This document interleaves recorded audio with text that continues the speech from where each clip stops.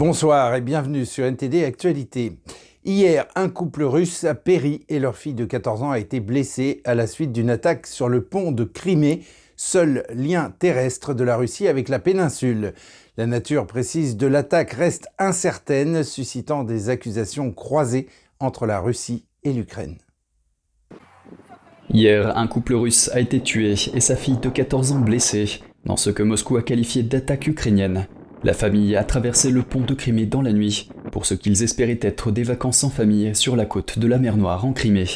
Le comité d'enquête russe a déclaré dans un communiqué que les services spéciaux ukrainiens étaient responsables de l'attaque et qu'il avait ouvert une enquête criminelle. D'après le comité antiterroriste russe, le pont de Crimée aurait été attaqué pendant la nuit par des drones se tenant à la surface de l'eau. L'armée ukrainienne a quant à elle suggéré qu'il pourrait s'agir d'une sorte de provocation de la part de la Russie elle-même. Mais les médias ukrainiens ont cité des sources non identifiées, affirmant que le service de sécurité ukrainien était à l'origine de l'incident. Le pont de 19 km sur le détroit de Kertch est le seul lien direct entre le réseau de transport de la Russie et la péninsule de Crimée, que Moscou a annexé à l'Ukraine en 2014.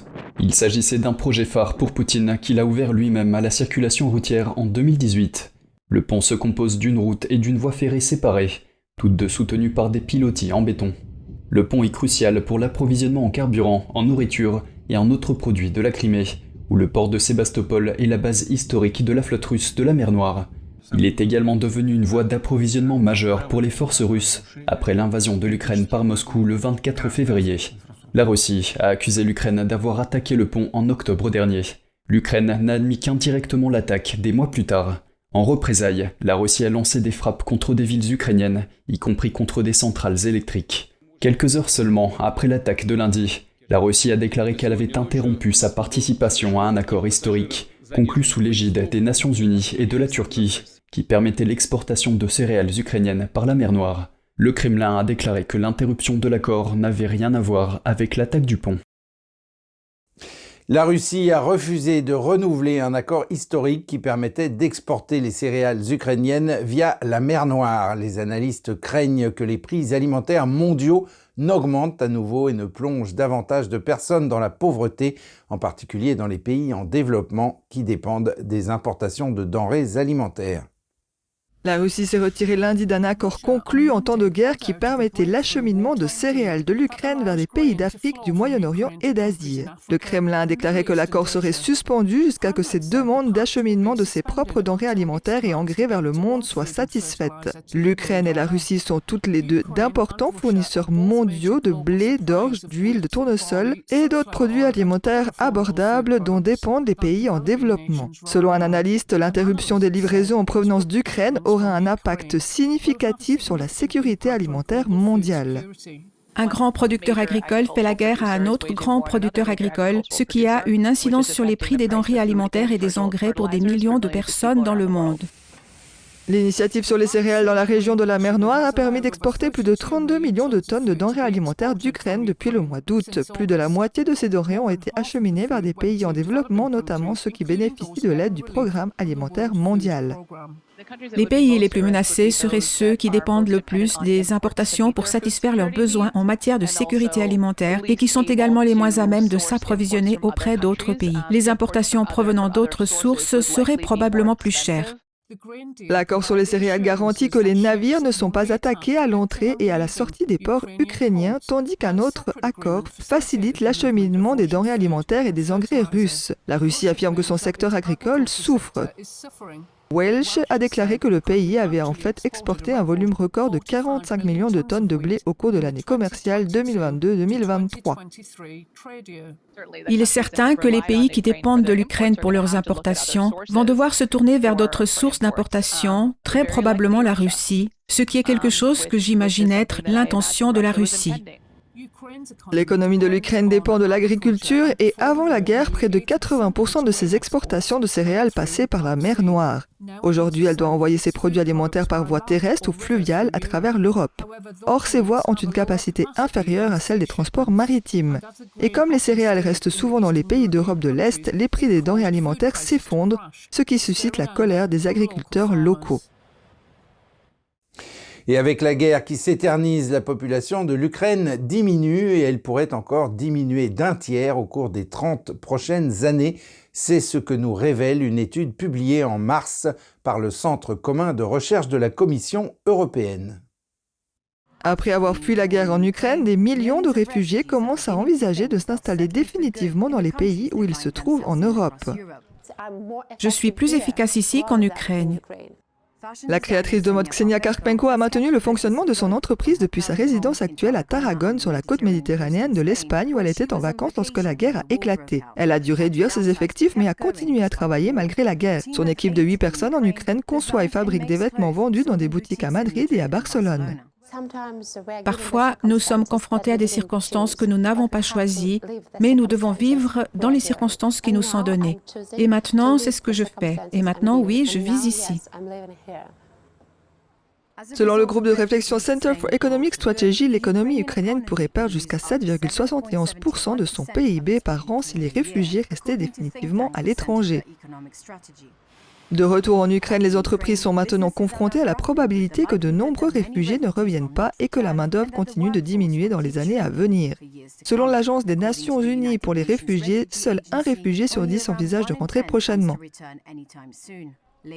La pénurie de main-d'œuvre est particulièrement aiguë dans les secteurs qui exigent un niveau élevé d'éducation et de formation. 2 tiers des femmes qui ont cherché refuge ailleurs en Europe ont fait des études supérieures, selon une étude publiée en mars par le CES.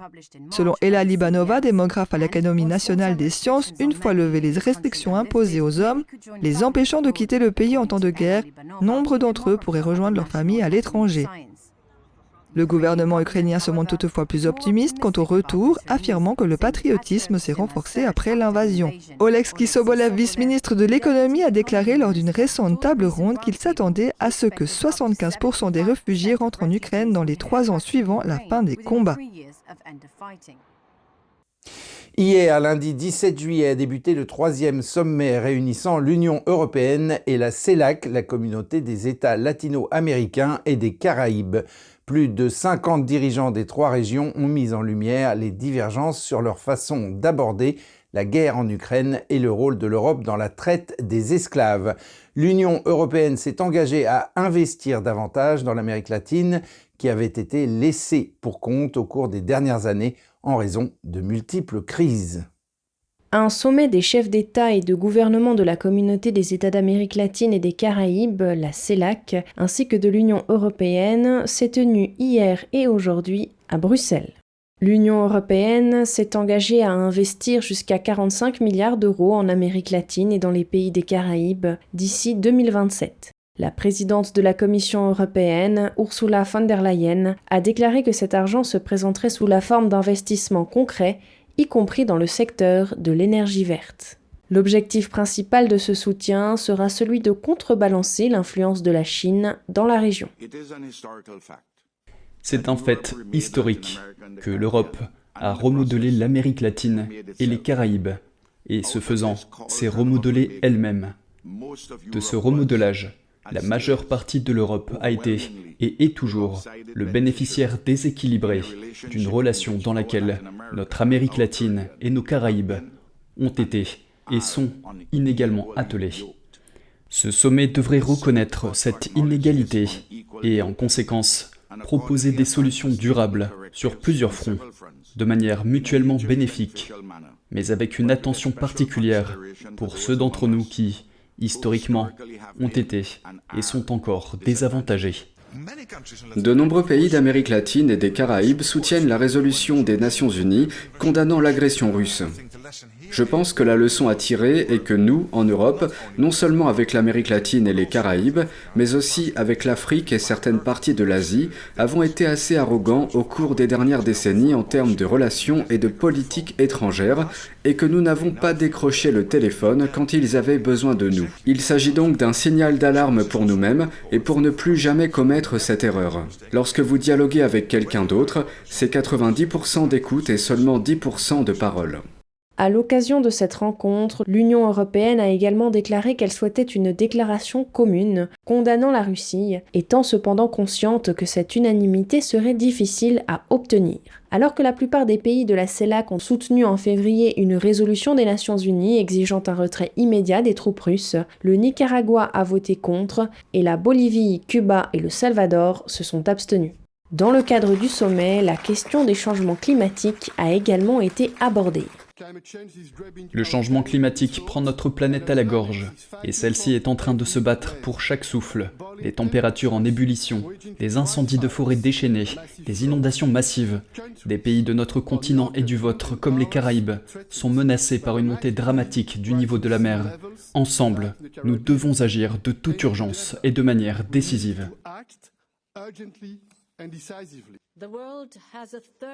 Le monde a soif d'investissements prévisibles et à long terme dans des infrastructures résistantes au climat et dans des emplois de qualité pour nos citoyens.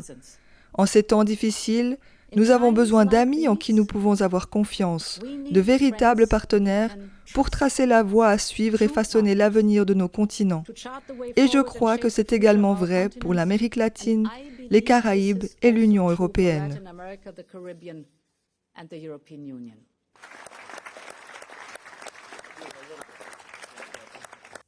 Le Paraguay est le dernier pays d'Amérique du Sud à entretenir des relations officielles avec Taïwan. Le nouveau président paraguayen explique pourquoi il est plus logique de ne pas se tourner vers Pékin. Nous n'avons aucune contrainte en matière de commerce avec la Chine. Nous serions ravis d'accroître nos échanges avec la RPC. Mais nous cherchons également à ouvrir le marché des États-Unis et nous pensons que cela se produira assez rapidement. Santiago Peña explique que son pays a une économie basée sur l'agriculture et qu'il doit progresser dans la chaîne de valeur. Selon lui, Taïwan est le meilleur choix. Le président élu est confronté à la pression du secteur agricole de son pays, qui souhaite ouvrir les marchés lucratifs chinois au soja et au bœuf. Mais Peña maintient que le Paraguay ne peut pas compter sur un marché unique. Le pays travaille également sur le commerce avec le Japon et la Corée du Sud. Et en parlant du Japon, le pays du soleil levant encourage davantage de femmes à faire carrière dans les sciences, la technologie, l'ingénierie et les mathématiques qui, en abrégé, portent le nom de STEAM. Actuellement, seulement 16% des étudiantes universitaires se dirigent vers ces domaines. Andrew Thomas de NTD nous en dit plus sur les efforts déployés par le pays pour combler ce fossé. Le Japon s'efforce de recruter davantage de femmes comme Yuna Kato. Elle fait partie de la poignée de femmes japonaises qui étudient les sciences, la technologie, l'ingénierie et les mathématiques. J'ai commencé à m'intéresser à ce domaine parce que j'aimais les mathématiques, ce qui a joué un rôle important. Mais en poursuivant mes études, j'ai voulu faire quelque chose d'utile pour la vie des gens, comme la science. Le Japon se classe au dernier rang des pays membres de l'Organisation de coopération et de développement économique pour ce qui est des femmes se spécialisant dans les STEAM. Mais les Japonaises obtiennent les deuxièmes meilleurs résultats au monde en mathématiques et les troisièmes en sciences. Au Japon, il existe encore un préjugé inconscient très fort selon lequel les femmes ne sont pas faites pour les sciences ou qu'elles n'ont pas besoin d'aller à l'université. Je pense que c'est l'une des raisons pour lesquelles il y a si peu de femmes dans les sciences ou dans les domaines des STEAM. L'Institut de technologie de Tokyo vise à ce que les femmes représentent 20 à 30% des nouveaux étudiants. À l'heure actuelle, elles ne représentent que 13%. Les universités doivent faire savoir au monde qu'elles souhaitent accueillir des étudiantes. C'est pourquoi nous prenons des mesures proactives avec le quota de femmes en attirant fortement l'attention du monde sur le fait que nous voulons que des étudiantes viennent dans notre université. Le manque actuel d'étudiantes comme Kato dans les STEAM est devenu un gros problème pour le Japon. Le pays est confronté à une pénurie de 790 000 travailleurs d'ici à 2030, rien que dans le domaine des technologies de l'information. La population active du Japon diminue de plus en plus. Avec la baisse du taux de natalité et le vieillissement de la population, il est très important d'exploiter le pouvoir de chaque personne, qu'il s'agisse d'un homme ou d'une femme. De plus en plus d'entreprises japonaises prennent également des mesures pour embaucher davantage de femmes ingénieurs. Mitsubishi Heavy s'est fixé pour objectif de recruter au moins 10% de femmes parmi ses ingénieurs, contre 5% en 2015. Andrew Thomas, NTD Actualité. Et pour terminer, parlons d'art, de land art plus exactement, puisqu'il s'agit de Seip, l'artiste français Connu pour ses gigantesques peintures sur herbe, Sape a transformé des pentes entières de montagnes dans les Alpes suisses en peintures géantes. Regardez, ça vaut le coup d'œil. À l'aide de craies et de fusains, Sape a peint 2 fresques géantes directement sur l'herbe, représentant des enfants en train de faire des croquis. Selon lui, ces fresques symbolisent la nécessité de rejeter l'uniformité et d'adopter des perspectives différentes. Les fresques qui couvrent 3000 m² peuvent durer des jours en fonction des conditions météorologiques. L'artiste autodidacte est connu pour ses œuvres terrestres à grande échelle, réalisées à l'aide de peintures biodégradables. Et c'est la fin de cette édition. Merci de l'avoir suivi. Vous pouvez regarder tous les programmes de NTD sur Ganjing World, la plateforme 100% propre, en tapant www.ganjing.com/fr-fr ou en cliquant sur le lien qui se trouve sous la vidéo. Quant à nous, on se retrouve demain à 20 h pour un nouveau journal. Et d'ici là, je vous souhaite à toutes et à tous, et au nom de toute l'équipe, une excellente soirée sur NTD.